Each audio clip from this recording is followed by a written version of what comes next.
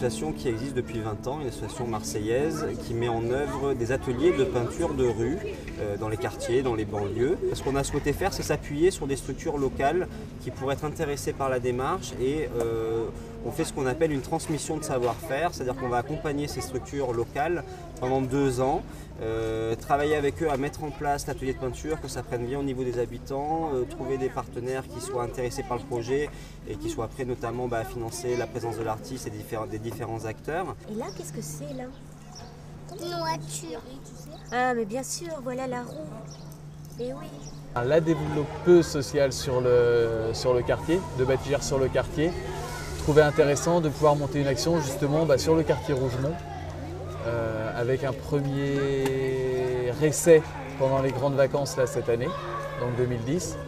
Et après, justement, pouvoir continuer à hauteur de 1 fois 2 heures par semaine à compter de la rentrée 2010. Selon les quartiers, on peut arriver à mobiliser à peu près 200 ou 300 enfants différents sur l'année. Donc c'est évident que c'est un atelier qui correspond aux enfants qui vont vouloir venir faire une peinture de temps en temps, mais également à ceux qui ont envie de s'investir de manière plus régulière.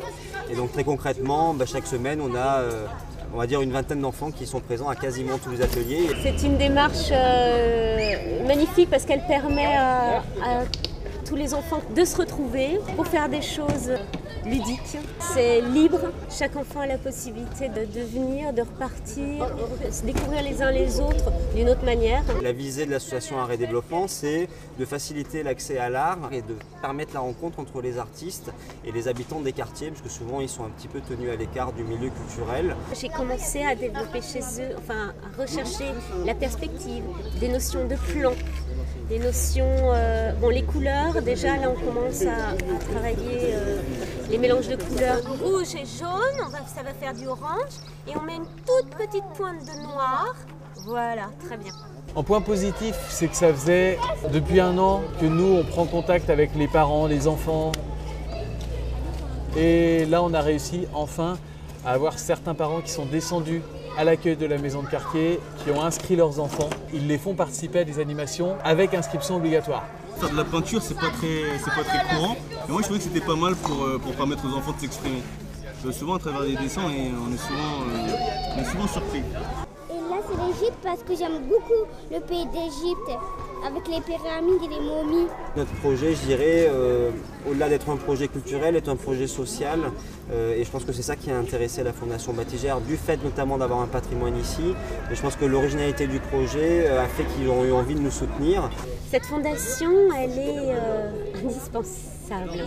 Indispensable parce qu'elle crée un lien, elle crée de l'humanité dans un endroit qui est considéré inhumain.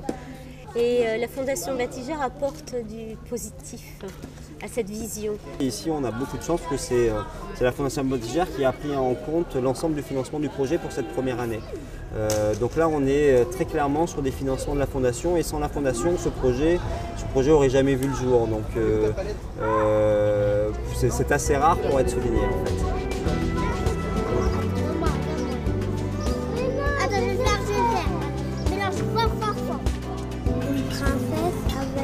un flocon de neige magique. Une princesse et un flocon de neige magique.